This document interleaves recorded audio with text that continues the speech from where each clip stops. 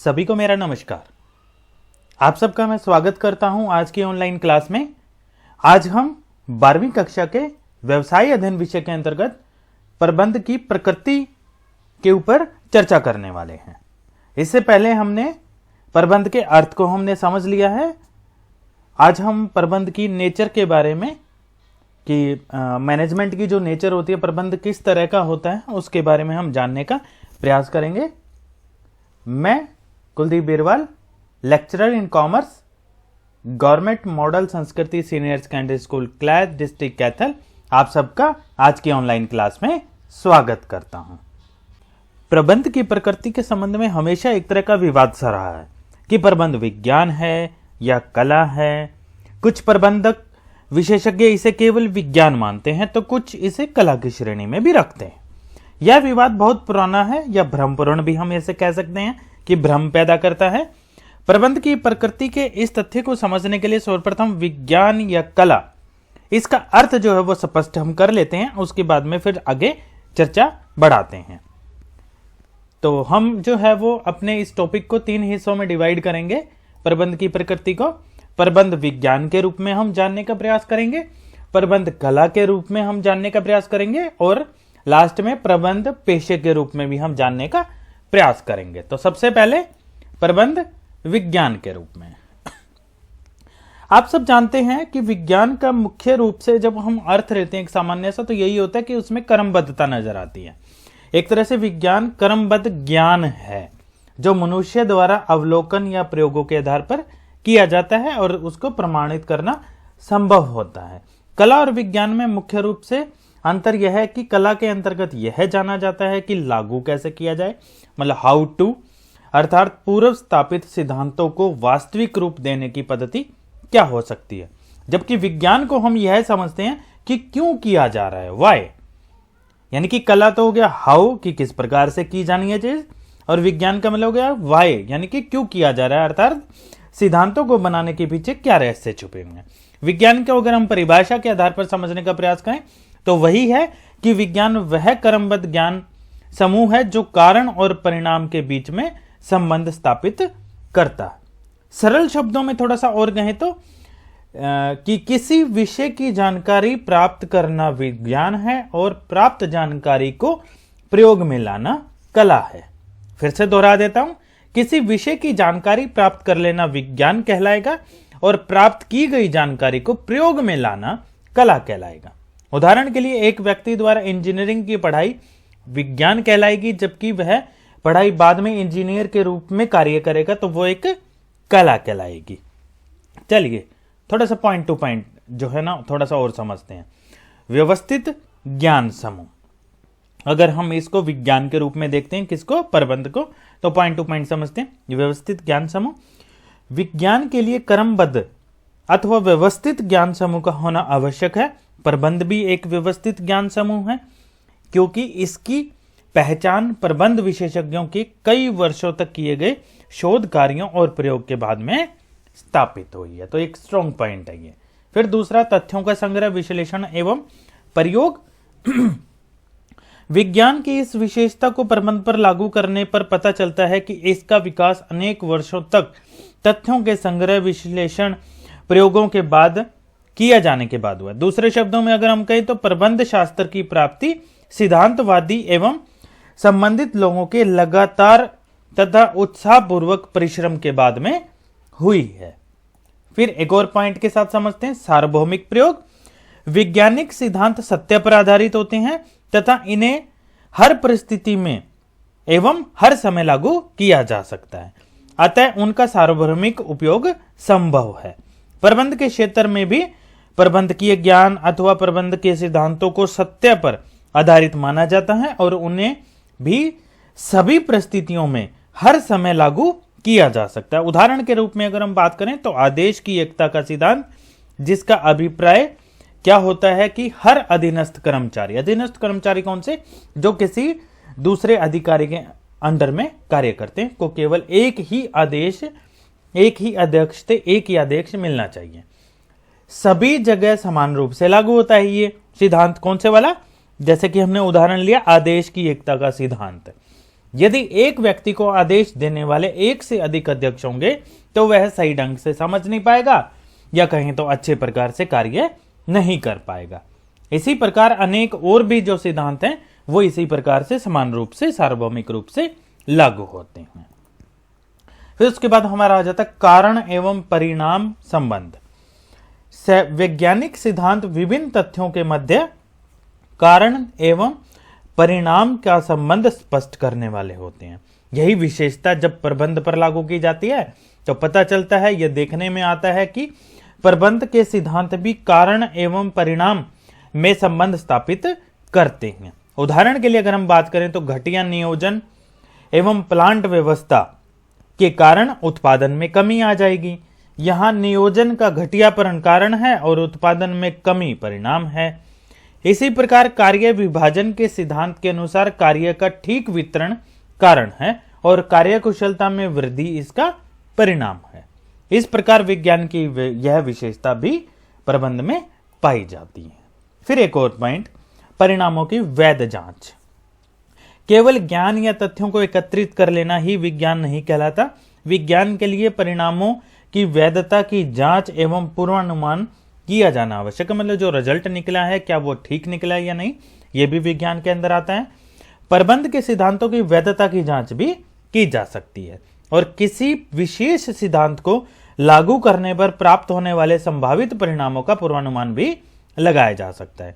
तो प्रबंध के सिद्धांत भी विज्ञान के सिद्धांतों की भांति ही व्यवहार की कसौटी पर परखे और सिद्ध किए जा सकते हैं। उदाहरण के साथ अगर हम इस पॉइंट को समझना चाहें तो आदेश की एकता नामक सिद्धांत को व्यवहारिक रूप में लाने पर पता चलता है कि वह अधीनस्थ जिसका केवल एक अध्यक्ष है अधिक कार्यकुशलता के साथ कार्य करने में संभव होगा। वहीं अगर एक से अधिक अध्यक्ष होंगे तो कारण और परिणाम के संबंध होने के कारण किसी सिद्धांत को लागू करने पर प्राप्त होने वाले संभावित परिणामों को पहले से ही बताया जा सकता है। जैसे कि एक से अधिक अध्यक्ष होंगे तो एक से ज्यादा इंस्ट्रक्शन उसको कार्य करने के लिए मिलेंगे तो वो अच्छे प्रकार से कार्य नहीं कर पाएगा। तो ये कुछ पॉइंटों के आधार पर हम कह सकते हैं कि प्रबंध में कला की भांति ही विज्ञान की भी सभी विशेषताएं विद्यमान है, किंतु इसे भौतिक एवं रसायन शास्त्र की श्रेणी का विज्ञान नहीं कहा जा सकता, क्योंकि प्रबंध विज्ञान का संबंध मनुष्य से है और इसका व्यवहार लगातार परिवर्तित होता रहता है। दूसरे शब्दों में अगर हम कहना चाहें तो प्रबंध विज्ञान की विषय वस्तु मानव है, जो एक बुद्धिमान और संवेदनशील प्रणाली है जिसका व्यवहार परिस्थितियों के अनुसार बदलता रहता है। अतः उसके व्यवहार के संबंध में कोई स्थायी नियम भौतिक शास्त्र या रसायन शास्त्र के भांति नहीं बनाए जा सकते। यही कारण है कि प्रबंध विज्ञान भी सामाजिक विज्ञानों की भांति परिस्थितियों के ऊपर आधारित है। तो निष्कर्ष के रूप में हम कह सकते हैं कि प्रबंध विज्ञान को पूर्ण रूपेण विज्ञान तो नहीं माना जा सकता, बल्कि इसे एक व्यवहारिक विज्ञान अथवा जो है हम कह सकते हैं कि अयथार्थ विज्ञान कहना जो है वो ज्यादा अधिक उचित रहेगा। तो विज्ञान के रूप में ये हम तथ्य दे सकते हैं कि प्रबंध एक विज्ञान है। अब कला के रूप में देख लेते हैं एक बारी। तो कला का हमने अर्थ जान लिया है कि कला का अभिप्राय ज्ञान के सैद्धांतिक प्रयोग से है। मतलब ज्ञान ले लिया वो विज्ञान हो गया और उस ज्ञान का प्रयोग करना जो है वो कला कहलाएगी। हमने इंजीनियरिंग वाला उदाहरण ले लिया कि इंजीनियरिंग करना जो है वो विज्ञान हो गया और उस इंजीनियरिंग को बाद में प्रयोग में लाना जो है वो हमारा कला हो जाएगा। कोई भी क्रिया जिसे कला की श्रेणी में रखा जा सकता है में चातुर्य एवं ज्ञान के प्रयोग पर अधिक बल दिया जाता है और सोच विचार कर किए गए प्रयत्न द्वारा परिणाम प्राप्त किया जाता है, उसको हम कला कहते हैं। चलो पॉइंट टू पॉइंट समझते हैं, थोड़ा सा और आसानी से समझ में आएगा। सबसे पहले व्यक्तिगत कुशलता, पर्सनल स्किल्स। इस संदर्भ में प्रबंध एक कला है क्योंकि संस्था के उद्देश्यों को प्राप्त करने में आने वाली अनेक समस्याओं को प्रबंधक अपने व्यक्तिगत चातुर्य द्वारा सुलझाता है। प्रबंध के कार्यों के लिए सोच विचार निर्णय एवं समझ की जरूरत पड़ती है। ये गुण विभिन्न प्रबंधकों में अलग अलग मात्रा में पाए जाते हैं। परिणाम स्वरूप उनकी दूसरे लोगों से काम करने की शैली भी भिन्न भिन्न हो सकती है या होती है। और जो शैली या कार्य पद्धति एक प्रबंधक के लिए लाभदायक सिद्ध होती है, वहीं वह दूसरे प्रबंधकों के लिए भी सही साबित होगी, ऐसा जरूरी नहीं है। अतः कला की व्यक्तिगत कुशलता की विशेषताएं प्रबंधक में पूर्ण रूप से विद्यमान है। अगला पॉइंट हमारा आ जाता है व्यवहारिक ज्ञान। कला व्यवहारिक ज्ञान की ओर संकेत करती है तथा इसका संबंध ज्ञान को व्यवहार में लाने या फिर लागू करने से होता है। प्रबंध भी एक व्यवहारिक ज्ञान है और व्यवसाय में प्रबंधक का महत्व इस बात से जाना जाता है कि वह प्रबंध के सिद्धांतों को कितना कुशलता और प्रभावशाली ढंग से लागू कर पाता है, न कि इस बात से कि उसको प्रबंध के सिद्धांतों का ज्ञान कितना है। प्रबंधकीय कार्य संपन्न करने के लिए प्रबंधक में निर्णय विवेक, व्यवहार कुशलता तथा नेतृत्व गुणों की आवश्यकता होना जरूरी है तथा इन सभी गुणों में व्यवहारिक ज्ञान की झलक मिलती है। अतः प्रबंध में व्यवहारिक ज्ञान निहित है और इस आधार पर इसे कला कहा जा सकता है। अगला पॉइंट आ जाता है हमारा सार्थक परिणाम प्राप्ति धारणा। कला का आधार सार्थक परिणामों को प्राप्त करना होता है। इस संदर्भ में प्रबंध भी एक सार्थक परिणाम प्राप्ति धारणा है, क्योंकि इसका संबंध उद्देश्यों को प्राप्त करने से है। प्रबंध में ये सार्थक परिणाम है कम से कम विनियोग व श्रम में ज्यादा से ज्यादा लाभ प्राप्त करना, उत्पादन व विक्रय का लक्ष्य प्राप्त करना, पूंजी पर उचित प्रतिफल सुनिश्चित करना इत्यादि। प्रबंधक की सफलता का मापदंड भी यही है कि वह पूर्व निर्धारित उद्देश्यों को कितनी कुशलता और मितव्ययी का मतलब कम खर्चे में, कम लागत में पूरा कर पाता है। अतः परिणाम प्राप्त करने के आधार पर भी प्रबंध को कला कहना उचित होगा। फिर अगला पॉइंट हमारा आ जाता है अभ्यास द्वारा विकास। जिस प्रकार कला को लगातार अभ्यास से सुधारा जा सकता है, ठीक उसी प्रकार प्रबंधकीय कुशलता भी अभ्यास एवं अनुभव द्वारा सुधरती है। हर प्रबंधक के मन में यह अभिलाषा होती है कि वह अपने कार्य में पूर्ण रूप से विशेषज्ञ बन जाए। वे अपनी इस इच्छा को लगातार अभ्यास के द्वारा प्राप्त कर सकते हैं। It is possible. एक पूर्ण रूप से विकसित प्रबंधक न केवल संस्था को आसानी से परिवर्तित परिस्थितियों के अनुसार ढाल सकता है, बल्कि वह भारी वातावरण के भी अपने अनुसार बदलने की क्षमता धीरे धीरे अभ्यास दर अभ्यास रखने लगता है। इस प्रकार प्रबंध को कला की इस विशेषता को भी विद्यमान माना जा सकता है। फिर हमारा इसी के पक्ष में प्रबंध कला के रूप में पक्ष में रचनात्मक शक्ति पॉइंट आ जाता है। कला में रचनात्मक कार्य करने की शक्ति निहित होती है। इसी प्रकार प्रबंध में भी प्रभावशाली रचनात्मक कला का गुण होता है, क्योंकि प्रबंध में भी दूसरे लोगों को अभिप्रेरित करके एवं उनकी क्रियाओं में समन्वय स्थापित करके कार्य को पूरा करवाया जाता है। अन्य शब्दों में अगर हम कहें तो प्रबंध कोई व्यर्थ की क्रिया नहीं है, बल्कि इसका उद्देश्य ऐसा वातावरण तैयार करना है जिसमें सभी लोग अपना अपना कार्य पूर्ण दक्षता के साथ पूर्ण कर सकें। तो इन पॉइंट्स के आधार पर हम कह सकते हैं कि प्रबंध में कला के सभी विशेषताओं का समावेश है। इस आधार पर प्रबंध को कला स्वीकार कर लिया गया। निष्कर्ष के रूप में हम कह सकते हैं प्रबंध कला भी है, विज्ञान भी है। प्रबंध विज्ञान के रूप में प्रबंधकों को अपनी व्यवहारिक कुशलता के प्रयोग में आवश्यक मार्गदर्शक प्रदान करता है, मार्गदर्शक के रूप में कार्य करती है, तथा प्रबंध कला के संदर्भ में हर तरह की परिस्थिति में उसका सामना करना या फिर सहायक होने से है। अतः प्रबंध को कला और विज्ञान दोनों ही मानना तर्कसंगत रहेगा। अब हम चर्चा कर लेते हैं प्रबंध पेशे के रूप में। अब पेशे का अर्थ क्या होता है, हमने +1 में हमने पढ़ा था।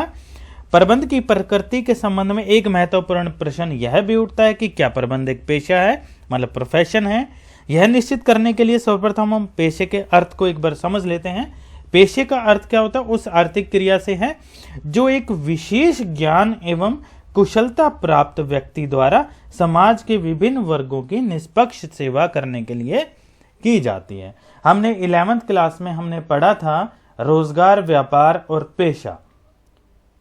तो उसके अंदर जो पेशा पॉइंट आता है उसमें आया था कि पेशा उसके अंदर आता है जिसमें कोई एक क्वालिफिकेशन पर्टिकुलर हो, जैसे कि वकील के लिए लॉ की डिग्री, डॉक्टर के लिए एमबीबीएस की डिग्री, अकाउंटेंट के लिए सीए की डिग्री। इसी प्रकार से मैनेजमेंट करने के लिए भी एक विशेष ज्ञान की आवश्यकता होती है, तो हम इसको पेशे के रूप में हम ले लेते हैं। वेबस्टर शब्दकोश में भी लिखा हुआ है, पेशा वह व्यवसाय है जिसके अंतर्गत एक व्यक्ति विशिष्ट ज्ञान प्राप्त करके दूसरे व्यक्तियों को निर्देशन, मार्गदर्शन, परामर्श इत्यादि देता है।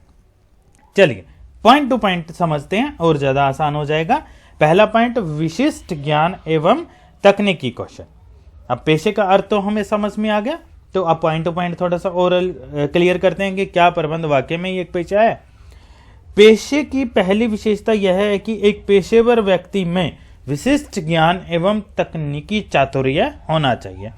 प्रबंध एक विशिष्ट ज्ञान एवं निपुणता है जिसके अपने प्रयोगों पर आधारित सिद्धांत एवं नियम है, जिन्हें व्यावहारिक प्रयोग में लाने के लिए विशेष चातुर्य की जरूरत पड़ती है। इस विशेषता के आधार पर प्रबंध को पेशा कहा जा सकता है। दूसरा पॉइंट आ जाता है प्रशिक्षण एवं अनुभव। प्रबंध के विशिष्ट ज्ञान प्राप्ति के लिए शिक्षण एवं प्रशिक्षण की व्यवस्था आज अनेक संस्थाओं द्वारा करवाई जा रही है। भिन्न भिन्न विश्वविद्यालयों, प्रशिक्षण केंद्रों में प्रबंध के सिद्धांतों को निपुणता के साथ सिखलाया जा रहा है। आजकल अधिकतर प्रबंधक या तो इन प्रशिक्षण केंद्रों में प्रबंधक की शिक्षा ग्रहण करके पेशे में आते हैं, या फिर प्रबंध साहित्य को पढ़कर, प्रबंध गोष्ठियों में हिस्सा लेकर, या फिर प्रबंध पाठ्यक्रम संबंधी कार्यक्रम को कंपनी या विश्वविद्यालय द्वारा जो भी संचालित किए जाते हैं उनमें हिस्सा लेकर वे ज्ञान की प्राप्ति करते हैं। व्यावसायिक संस्थाएं भी उन्हीं लोगों को प्रबंधक चुनने में ज्यादा इंटरेस्टेड होती है या चुनाव करती है जो प्रशिक्षित होते हैं या फिर अनुभवी होते हैं। यद्यपि यह सही है कि अभी भी अनेक व्यक्ति प्रबंधकीय योग्यता के इस औपचारिक प्रशिक्षण के बिना ही इस पद पर कार्यरत हैं, लेकिन इन प्रबंधकों को प्रबंधकीय क्षमता को भी कम करके नहीं आंका जा सकता, क्योंकि इस पद पर पहुंचने के लिए उन्होंने अनेक संस्थाओं में विभिन्न बड़े बड़े पदों पर काम करके अनुभव प्राप्त किया है। तो पेशे की इस विशेषता के अनुसार प्रबंध को पेशा माना जा सकता है। अगला पॉइंट आ जाता है हमारा प्रतिनिधि पेशेवर संघ का होना। पेशे की तीसरी विशेषता के रूप में इसे प्रतिनिधि संघ का होना आवश्यक है, जिसके निम्नलिखित मुख्य कार्य होते हैं। पहला, अपने सदस्यों के व्यवहार को नियंत्रित करना। दूसरा, पेशे की विभिन्न क्रियाओं का मार्गदर्शन करने के लिए आचार संहिता तैयार करना। तीसरा, अपने सदस्यों की छवि को एक पेशेवर के रूप में बनाना और विकसित भी करना। चौथा, अपने सदस्यों की न्यूनतम योग्यता निर्धारित करना और पेशे में प्रवेश को नियमित करना। भारत में दूसरे देशों की तरह प्रतिनिधि संघ स्थापित हो चुके हैं। जैसे वकालत के पेशे के लिए बार काउंसिल ऑफ इंडिया है, बीसीआई। चिकित्सक के पेशे के लिए मेडिकल काउंसिल ऑफ इंडिया है, एमसीआई। तथा लेखा शास्त्र के पेशे के लिए institute of chartered accountant, ICA. इसी प्रकार संघों की स्थापना प्रबंध के संबंध में भी भारत तथा विदेशों में हो चुकी है। All India management of association, AIMA के नाम से प्रबंध की स्थापना जो है वो संस्था की, संघ की स्थापना की गई है, जो विभिन्न प्रकार के पेशेवर आचार संहिता इत्यादि बनाती है। भारत में 6 मुख्य प्रबंध संस्थान हैं। उनमें से कुछ मैं नाम ले देता हूं, जैसे कि भारतीय प्रबंध संस्थान अहमदाबाद, भारतीय प्रबंध संस्थान इंदौर, बेंगलोर, काशीपुर में भी है, कोलकाता, कोझिकोड, लखनऊ, रांची, रायपुर, रोहतक, शिलोंग, तिरुचिरापल्ली, उदयपुर, इन सब में जो है वो जो है भारतीय प्रबंध संस्थान जो है वो खुल चुके हैं। तो वहां जाकर जो है वो पेशेवर जो है वो अपनी डिग्री प्राप्त कर सकते हैं। IMA के नाम से इसको जाना जाता है। फिर आचार संहिता की हम बात कर लेते, कोड ऑफ कंडक्ट। एक पेशे के सदस्य निर्धारित आचार संहिता का पालन करने के लिए बाध्य होते हैं।